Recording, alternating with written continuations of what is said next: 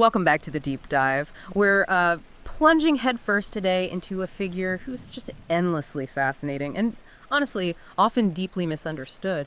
We're talking about Marie Antoinette. And we really want to go beyond that, surface level image, the frivolous queen, out of touch, though we'll definitely touch on how that specific image got crafted. Oh, absolutely, because her story, it gets boiled down so often, doesn't it? Yeah. Just a few sort of sensational sound bites like that infamous cake quote. But what we're really going to unpack today are the deliberate campaigns, often incredibly salacious, designed specifically to shape how people saw her, to basically turn her into this potent symbol of everything supposedly wrong with the French monarchy at the time. Exactly. And that's why I think our mission today feels pretty compelling. We've gathered, articles, solid historical research, even looked into personal letters. And what emerges really challenges that simple story. We're going to explore the real complexities of her life. We'll delve into those deliberate smear campaigns targeting her sexuality. Especially the persistent accusations of lesbianism and how these incredibly personal attacks intersected with, the incredibly volatile pre-revolutionary climate in France. And we promise you'll hear some genuinely surprising facts. We're going to connect the dots between these deeply personal attacks and these huge monumental historical shifts. Because this isn't just about one queen's story. It's really about how power and gender and propaganda collide, and how those collisions can, quite literally, reshape nations and completely alter public memory for centuries. Right. So let's unpack this. Marie Antoinette gets to France. She's just 14. An Archduchess, Marie Antonia from Austria, destined to be the Dauphine, and then boom, by 1774, queen consort to Louis XVI. And what's striking right away is her personality, isn't it? She was apparently vibrant, very outgoing, loved to socialize, just a stark contrast to Louis XVI. He was known for being reserved, introverted, almost, awkward in public. Definitely. And this difference, this personal divergence, right from the very start of their public life, it's something that later gets massively amplified and, frankly, weaponized against her. And, her Austrian heritage, that was a critical vulnerability from the absolute beginning. Even though she apparently had a warm welcome initially, France and Austria had this long, long history of rivalry, centuries of conflict, which created this really fertile ground for xenophobia, for political distrust among the French people. Right, so even if she tried to fit in. Exactly. From the moment she arrived, even with her, charming attempts to assimilate, this underlying suspicion about her being foreign, L'Autrichienne, the Austrian woman, it was always there. And that suspicion was something propagandists later exploited with, ruthless efficiency. They firmly positioned her as this inherent outsider, no matter what she did. And then, of course, the most famous line attached to her, "Let them eat cake." We should probably state right off the bat, this quote is almost certainly apocryphal. Historians pretty much agree she likely never said anything like it. You're absolutely right. The factual basis is incredibly shaky, maybe non-existent. But, and this is the crucial part, regardless of whether she said it, the quote powerfully encapsulated her perceived obliviousness, her supposed ignorance of the widespread suffering of ordinary people. It was perfect propaganda. Short, memorable, easily digestible. Yeah, it painted her as just completely out of touch. Utterly out of touch. A symbol of royal indifference in a time of really severe hardship. And that narrative became a cornerstone of her public vilification. It profoundly shaped her negative public image and, arguably played a real role in the events that eventually led to her execution. It's just a chilling reminder, isn't it, of the power a narrative can wield, even a false one, when it taps into that pre-existing public anger. So for this deep dive, we're not just painting with broad strokes here. We're really going to zoom in. We want to look closely at the intimate personal relationships of Marie Antoinette. We're going to critically examine those deliberate smear campaigns, the ones that specifically targeted her sexuality, especially those accusations of lesbianism, because it's this fascinating, if pretty unsettling, part of her story that often gets, sensationalized without the proper context. And we'll analyze precisely how these intensely personal attacks, often totally fabricated, how they intersected with the broader anxieties about gender that were swirling around during the French Revolution. It just vividly illustrates that growing, terrifying gap between the opulence of the royals and the pervasive suffering of the peasants. That defined the era. The demonization of a foreign queen through these tactics. The classic move, isn't it? Yeah. Chillingly effective, using nationalism, historical animosities, leveraging them against an individual. They become these symbolic scapegoats for really complex societal problems, political problems. It often distracts from failures in governance. Her initial positive reception just eroded so quickly as that suspicion about her being foreign was amplified. It made her such an easy, vulnerable target for the revolutionaries who wanted to tear down the whole system. Okay, moving into her intimate world then, her marriage to Louis VI. It was marked by this astonishing 8-year period without consummation. Can you even imagine the pressure, the gossip, not just at court, but like everywhere in France? Oh, it was an enormous scandal, a truly monumental issue for the monarchy itself. This wasn't just private chatter. The lack of an heir was a matter of state, deeply tied to dynastic stability, the future of France. The pressure was just immense. On both of them, presumably. Absolutely. Not just on the young couple, but from their families too. It even reached her formidable mother, Empress Maria Theresa of Austria. She was apparently deeply concerned about your daughter failing in her primary duty as queen. Yeah.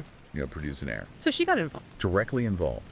Maria Theresa actually sent her own son, Joseph II, the Holy Roman Emperor, to Versailles to counsel the royal couple. He reportedly spent about a month there, trying to figure out what was going on, offer advice. There were even suggestions of potential surgery for Louis if a physical issue, like phimosis, was the problem. This massive delay fueled huge public criticism about her private life, and it raised serious questions about the succession, about the stability of the monarchy itself. The public was watching constantly, and this just fed rumors. Doubts about her fertility or his virility, both incredibly damaging politically in a system based on bloodline.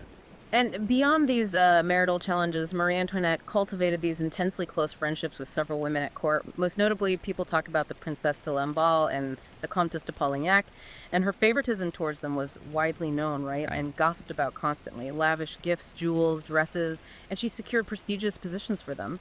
Lamballe became superintendent of the Queen's household, for example. Yeah, huge patronage. These displays of affection, of patronage, they were fuel for the fire in the French court, which was already, a hotbed of intrigue and jealousy. And the surviving correspondence, like letters reportedly exchanged between the Queen and Princess de Lamballe, they contain terms that, well, while not explicitly sexual by our standards perhaps, were profoundly affectionate for the time.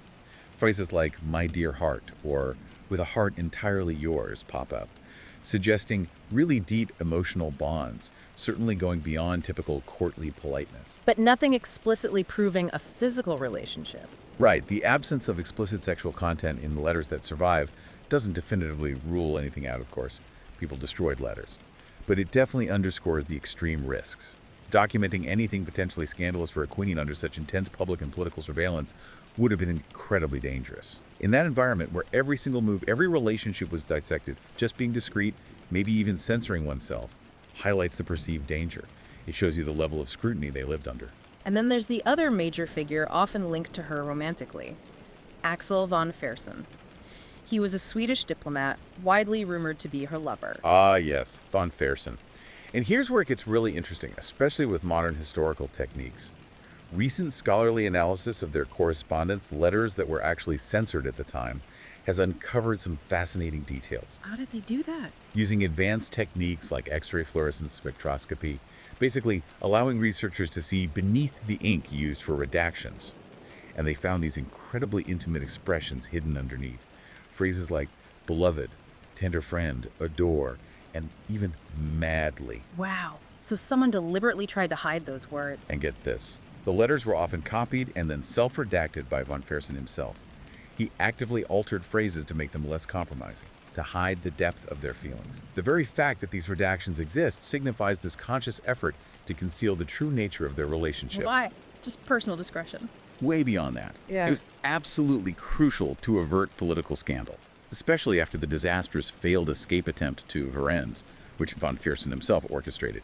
It just shows how deeply personal emotions, even in private letters, could become incredibly dangerous public weapons back then, demanding extreme caution, self-censorship. So during her lifetime, these intense female friendships became this absolute battleground for public perception. You had the anti-royalist libelles just eagerly painting them as explicit lesbian affairs, graphic details sometimes. While on the other side, her supporters vehemently insisted, no, these are purely platonic, innocent female bonds, sisterly affection. And this whole debate, whatever the actual truth, Yeah. ironically just kept her sexuality under intense scrutiny. Became a constant public issue. What's truly fascinating, though, is how this perception twisted and turned over time. In the 19th century, you have biographers trying to, quote, exorcised the specter of her putative lesbianism, trying to clean up her image, restore her purity, by actively romanticizing these friendships as purely sisterly, emphasizing innocence. But, paradoxically, by idealizing these same-sex friendships so much, they inadvertently cemented her image as a symbol of homoerotic romance for later generations. That's ironic. Isn't it? Then jump to the 20th century, you get some biographers like Stefan Zweig, who basically asserted she engaged in lesbian relationships by default. His argument basically was that Louis XVI's perceived impotence forced her to seek intimacy elsewhere, including with women. Wow, that's quite a claim. And then fast forward to contemporary times. Modern lesbian writers, popular culture, they've increasingly embraced Marie Antoinette as a kind of lesbian icon, sometimes using her image almost as a coded reference for female homoeroticism in art, film, literature, which is just a stark, almost absurd contrast to the original destructive intent of those revolutionary smear campaigns. It really shows how historical figures get reinterpreted, doesn't it? Completely. They're constantly reinterpreted to serve present-day cultural, social, political needs, often in ways that fly directly in the face of the original context, or even the, historical facts, as best we can determine them. And it wasn't like these ideas came from nowhere. If we look at the broader history, there's evidence suggesting sexual relationships between women weren't exactly unheard of. You mentioned medieval nuns earlier. Right, there's evidence suggesting it wasn't uncommon. The church even had specific penalties for nuns engaging in sexual acts, sometimes specifically mentioning the use of instruments like dildos. You even found that letter. Yes, an incredibly explicit love letter from a 14th century Bavarian nun, Sister Edelheid, to another nun saying, and this is a direct quote, "It kills me to remember how you touched my breasts." It's quite startling evidence of deep intimacy. So this suggests a kind of hidden history, or at least an under-acknowledged one. Definitely. And if we connect this to the bigger picture, the church's theological stance on lesbianism actually evolved. Initially, in some early penitentials, it was sometimes seen as a relatively minor sin, maybe like fornication. But later, influenced by major theologians like Thomas Aquinas, it got classified more severely as an unnatural act, especially if instruments were involved. But monasteries still offered an alternative life for women. Absolutely. Despite condemnations, the historical record of female monasticism, confessional manuals, judicial records, it reveals this astonishing variety of women's practices, their spiritual lives. For many, monasticism was a genuine alternative to forced marriage. It offered a space for intellectual life, spiritual community, and yes, profoundly close same-sex bonds, which could, and likely sometimes did, include physical intimacy. And it wasn't just in convents. Look at the 17th century French court, Louis XIV's era. Despite the Sun King's personal dislike for sodomites and his very public string of heterosexual mistresses, his court was far from exclusively straight. His own younger brother, Philippe I, Duc d'Orléans, was famously and quite openly gay or bisexual. Monsieur, right. Exactly, monsieur. Known for cross-dressing, his flamboyant style, numerous male lovers, his mignon, thing. And Louis XIV, despite probably disapproving personally and wanting to maintain a respectable image for the monarchy, he largely tolerated this behavior, especially among his military generals, some of whom were known to be gay. Pragmatism often won out. Their military skill was more important than their private lives. That's interesting. This idea in the 18th century that lesbian sex wasn't real sex because there was no male penetration, did that maybe provide a kind of weird cover for women's relationships, making them less explicitly criminal than male sodomy, which could be a capital offense? That's a crucial paradox, yes.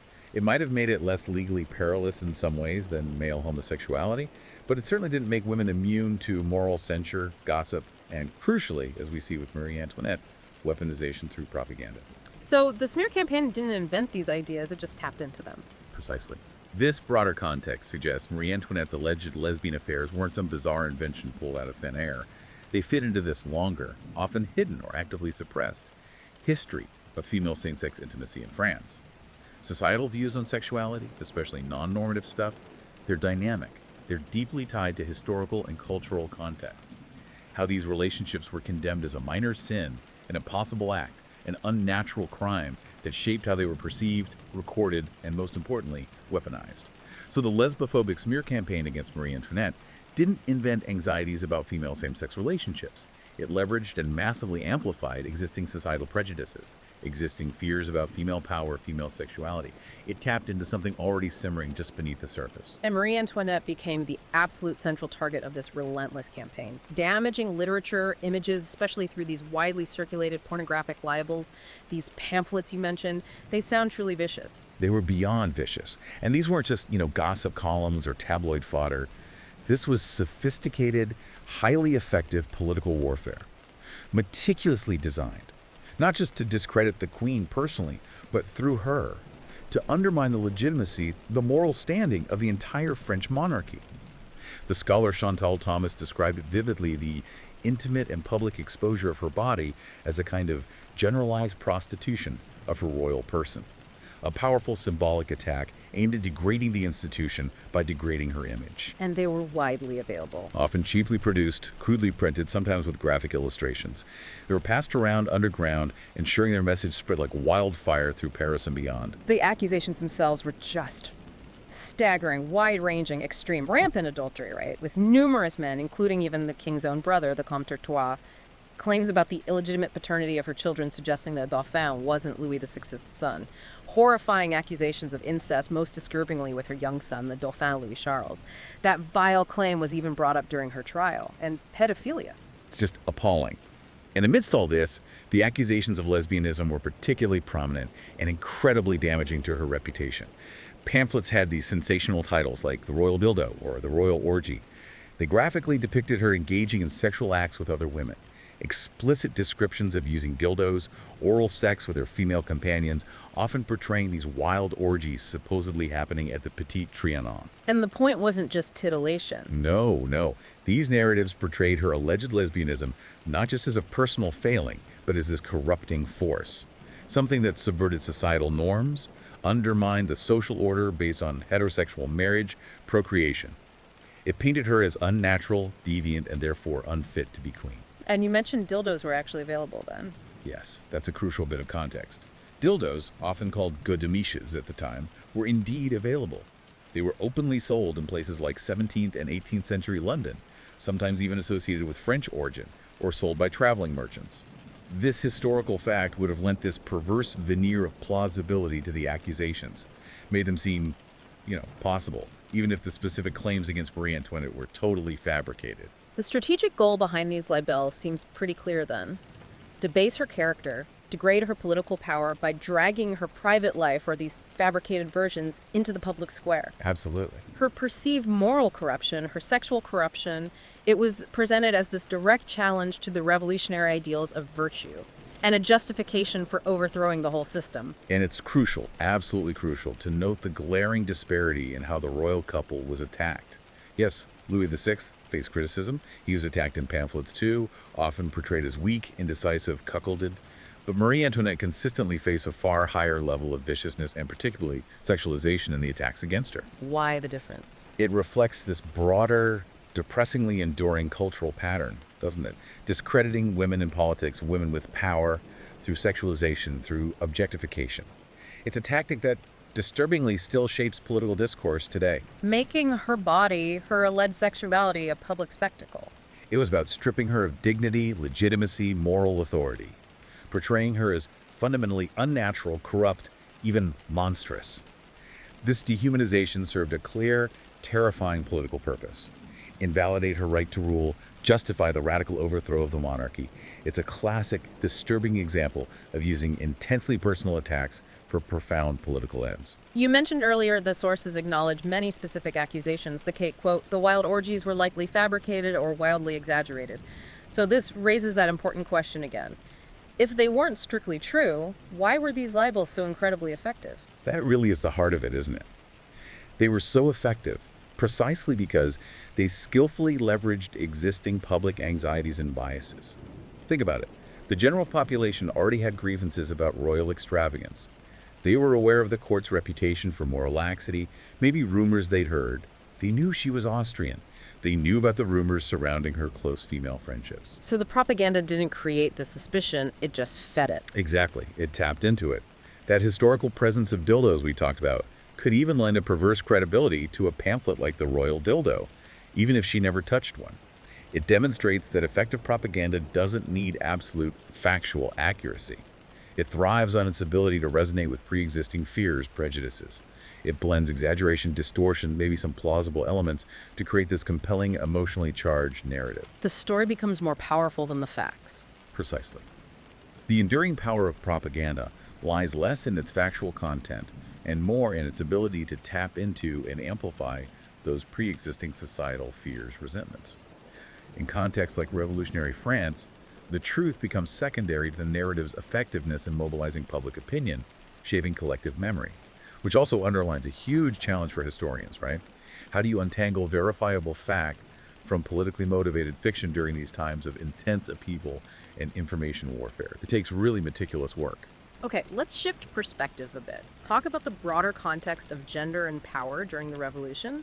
In pre-revolutionary France, women were, legally speaking, passive citizens. What did that mean in practice? It meant they largely lacked political rights, couldn't vote, couldn't hold office, often couldn't act independently in legal matters without a husband's or father's permission.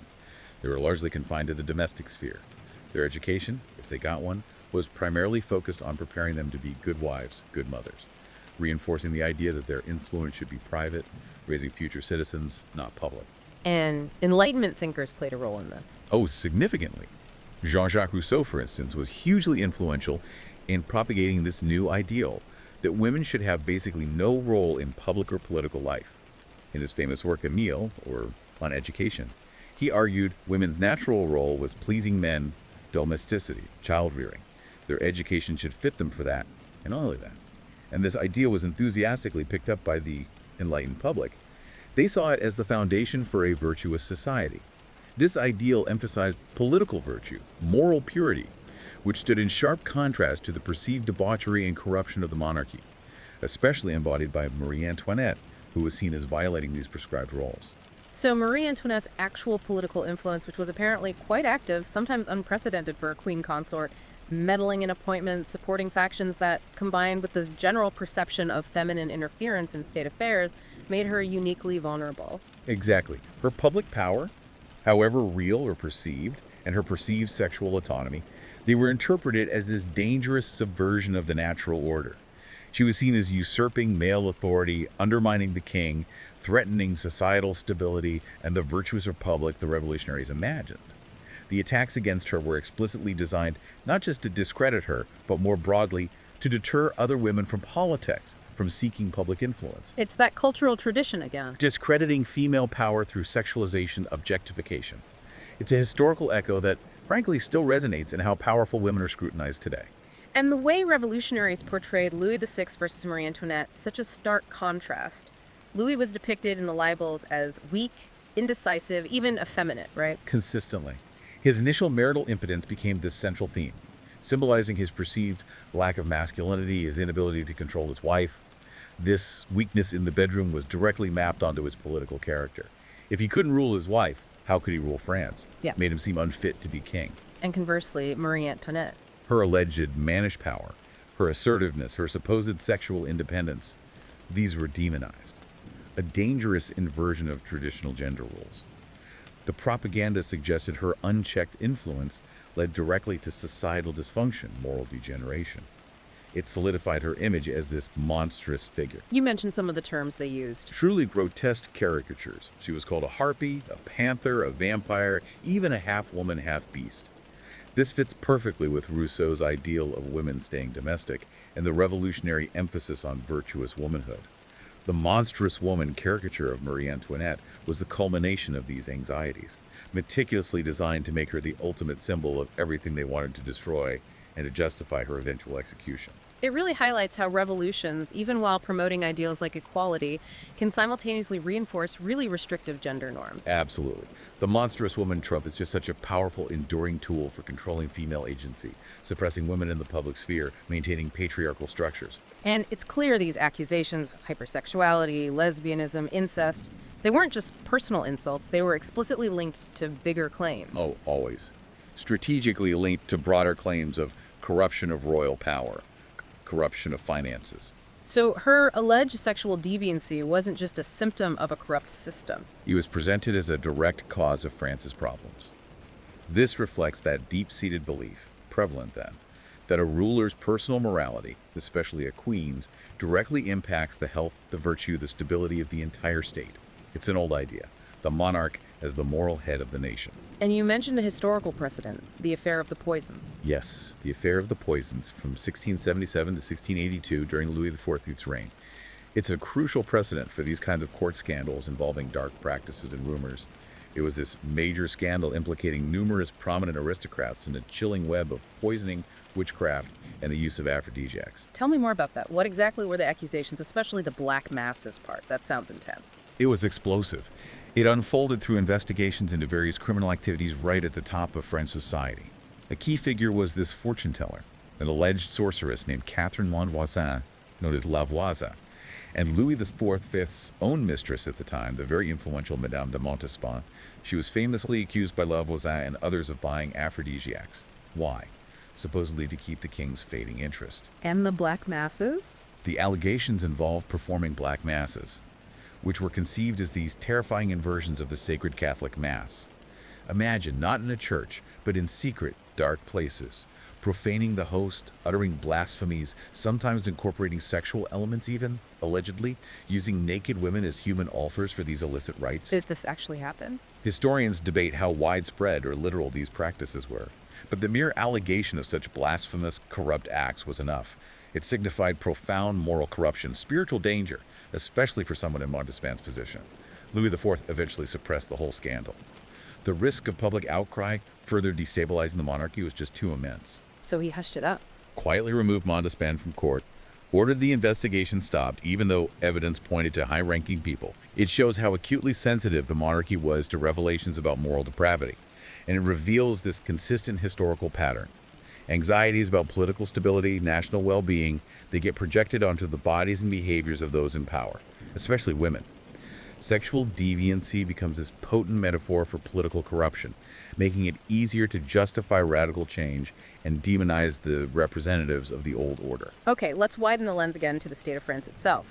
The country faced this severe mounting economic crisis through the 18th century, made worse by a population boom that outpaced the food supply. Absolutely. You had poor harvest, particularly bad due to a severe winter in 1788, and possibly lingering effects from the 1783 Lakey volcanic eruption in Iceland that caused climate chaos across Europe, widespread famine, starvation in the countryside, and the price of staple foods, especially bread, the absolute cornerstone of the common diet, just skyrocketed. Leading to unrest. Widespread bread riots in Paris, intensified peasant unrest across the nation. On top of that, France was drowning in debt. From costly wars, including supporting the American Revolution, politically smart maybe, but financially ruinous, the national debt was in the billions of livres. And who paid for all this? Overwhelmingly, the Third Estate. The peasants, urban workers, the bourgeoisie, they were heavily taxed. While the nobility and clergy enjoyed significant exemptions, privileges, it was a system just begging for trouble, a real pressure cooker of resentment. And into this pressure cooker steps Marie Antoinette with her spending habits. Reportedly 300 gowns a year, elaborate wigs, incredibly expensive jewelry, the diamond necklace affair, extensive real estate projects like redecorating the Petit Trianon, building that fantasy village, the Hameau de la Reine. All of which earned her that incredibly damaging nickname, Yeah. Madame Deficit. And this perceived extravagance, whether entirely fair or not, stood in stark, infuriating contrast to the widespread suffering people were experiencing. It became a central, powerful narrative in the slander campaign against her. That affair of the diamond necklace in 1785, even though she was technically innocent, it just cemented this image. Recklessly extravagant, morally questionable in the public eye. And the let them eat cake quote again. Even though it was likely propaganda, deliberately spread, it perfectly encapsulated that perceived obliviousness. The public's growing contempt for the monarchy's detachment. It became this powerful symbol, a shorthand for royal indifference, regardless of its truth. Thinking about Versailles itself, Louis XIV built it deliberately, didn't he? Not just as a palace, but as a political tool, establishing that elaborate etiquette, the rituals to centralize power, control the nobility, keep them close and dependent. Exactly. Creating this highly artificial, self-contained, isolated world, physically and symbolically miles away from Paris, from the common people. But by Marie Antoinette's time, that symbol had shifted. Completely. By her time, this very symbol of absolute power and opulent control had ironically become a symbol of royal detachment, of indifference, of the monarchy's isolation from the harsh realities its subjects faced. Louis XIV's strategy worked for him, drawing nobles into this gilded cage of courtly ritual. But fast forward a few decades. That architectural marvel, originally a symbol of power and control, had transformed into this potent symbol of the monarchy's profound disconnect. Their rituals, the dress codes. The elaborate daily routines, the mandatory expensive clothes, the sheer theatricality of court life. It kept nobles financially dependent, yes, but it also highlighted this vast chasm between the opulent royal fantasy inside Versailles and the brutal reality of peasant life outside. Marie Antoinette's personal extravagance is amplified by relentless propaganda within this already isolated system. It just poured gasoline on the fire, exacerbated the perception of royal disconnect. Shows how symbols change meaning, doesn't it? Absolutely. Symbols of power are not static. Their meaning shifts dramatically, especially when they stop representing the people's aspirations and start embodying their grievances. Versailles ultimately became this powerful visual and emotional representation of the monarchy's isolation, its perceived indifference, directly fueling the popular rage that would eventually consume it. And these severe economic hardships, this growing disconnect, it led to actual violence, peasant revolts. Oh, yes. Widespread peasant revolts, especially during that period known as the Great Fear in July, August 1789. Rural unrest just exploded, fueled by rumors, aristocratic plots to hoard grain, starve the population. Peasants spontaneously mobilized. What did they do? They attacked noble estates, convents. But it wasn't just random violence. They often specifically targeted the terriers, the legal documents recording feudal dues, obligations owed to the lords for centuries. Burning the records. Exactly. Burning the proof of their servitude. It was a symbolic act of liberation, a physical tearing up of the oppressive old system, a sign that patience had run out, and the revolution wasn't just happening in Paris. And then the royal family tried to escape. The attempted escape to Varennes in June 1791, famously orchestrated by Axel von Fersen. That completely shattered whatever remaining public trust there might have been.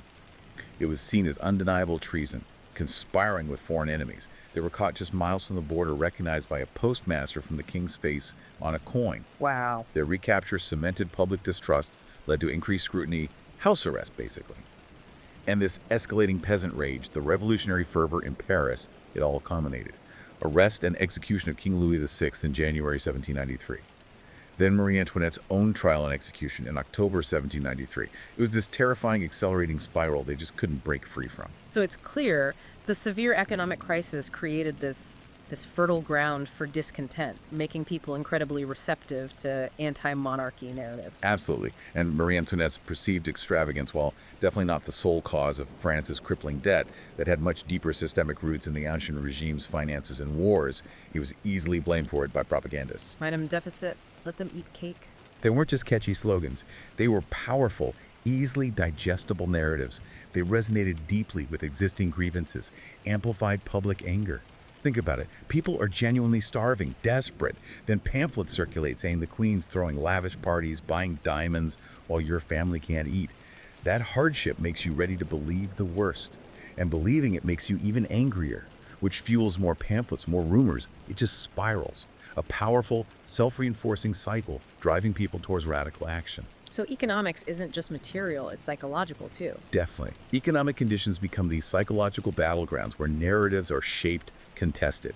Propaganda thrives on those existing grievances. It simplifies complex socioeconomic problems into these emotionally charged, easily understood stories that mobilize masses, even if the stories are partly or wholly fabricated. It highlights that potent interplay between material conditions and the sheer power of narrative in shaping history. So wrapping this all together, what does this mean for how we understand history looking at Marie Antoinette? Her personal life, her choices, her relationships, whether genuinely unconventional or just maliciously exaggerated, they became this incredibly fertile ground for sophisticated political manipulation. Mm-hmm. And that lesbophobic smear campaign, it was profoundly effective, wasn't it? In dehumanizing her, stripping her of legitimacy, ultimately justifying revolutionary violence by linking her supposed sexual deviancy directly to the monarchy's corruption. Absolutely. And that campaign was so deeply fueled by the pervasive gender anxieties of the time, demonizing any powerful woman who dared step into the public sphere, portraying her as monstrous, an inversion of ideal womanhood, uncontrolled, unnatural, a threat. And meanwhile, you had the opulent, detached royal fantasy of Versailles just standing in stark, infuriating contrast to the brutal reality of peasant rage. It vividly shows how the monarchy's self-imposed isolation became a critical factor in its own downfall. And yet, despite all that intense vilification, the revolutionary goal to utterly destroy her image. Paradoxically, Marie Antoinette has become this figure of enduring fascination, hasn't she? Complex, constantly reinterpreted.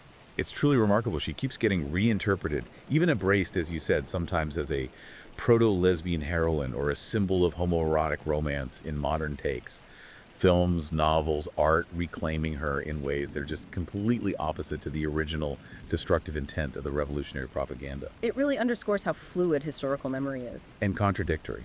Despite tons of historical research debunking many of the specific sensational accusations, the narrative of her as extravagant, promiscuous, out of touch that persists so powerfully in the popular imagination. Her transformation into a modern lesbian icon just further illustrates how historical figures get reinterpreted constantly, often to serve contemporary cultural or political needs, sometimes in ways that directly contradict the original context or the facts. So the initial smear campaign was just extraordinarily effective because it hit those deep societal fears, those prejudices. It created a story more resilient than the actual facts. Pretty much. The story often triumphs over the facts, even centuries later, which highlights, again, the critical importance of rigorous historical analysis. We need to understand how narratives are constructed, how they're spread, and how they shape collective memory, cultural identity. It also just underscores the profound, lasting impact of propaganda, how historical figures become these malleable symbols for diverse, even contradictory purposes across centuries, often overshadowing the complex realities. It's a constant reminder to question the stories we inherit. So, as we wrap up this deep dive, let's consider that provocative final thought. Let them eat each other. It's chilling, isn't it? But it encapsulates the forces that consume the French monarchy quite effectively, I think. It speaks not just to the external pressure from the starving population, but also to the internal decay, the moral rot within the aristocracy itself. Think back to the affair of the poisons under Louis XIV, a court riddled with illicit practices, internal rivalries, corruption. This internal consumption of its own moral and financial capital, combined with the monarchy's profound detachment from the suffering populace, it just left it fatally vulnerable, exposed. So while we've definitely focused on Marie Antoinette's perceived kinks, the weaponization of her sexuality, we need to remember these were primarily symptoms, right? Convenient targets, not the fundamental root causes of the revolution itself. Exactly. The underlying drivers were much deeper systemic issues. Severe economic crisis, profound social inequalities baked into the system, the monarchy's own political ineptitude, its perceived weakness, and crucially, the strategic, widespread use of propaganda that exploited all those weaknesses. The kinks were just the sensational fodder. Precisely. Emotionally charged fodder that resonated powerfully with a population already primed for revolt by decades of hardship and simmering discontent. Ultimately, the ancient regime, the old regime, was unable to adapt, unable to address its systemic failures. It was metaphorically eaten by its own excesses, its own internal rot, and then it was devoured by that external explosive force of peasant rage and revolutionary violence. It shifts the focus, doesn't it? From blaming one individual to understanding systemic failure. So scandals accelerate things, but they aren't usually the sole cause of revolutions. Rarely. Revolutions are typically the culmination of long-standing issues, socioeconomic, political, cultural grievances building up over time. Personal narratives, like Marie Antoinette's, serve as these potent, emotionally charged symbols that can ignite and direct mass movements. But the fuel's usually already there. It really makes you wonder, doesn't it? How many other historical figures do we still fundamentally misunderstand? Because the narratives built around them were just so effective, even if they weren't entirely true. Definitely something to mull over. Until our next deep dive.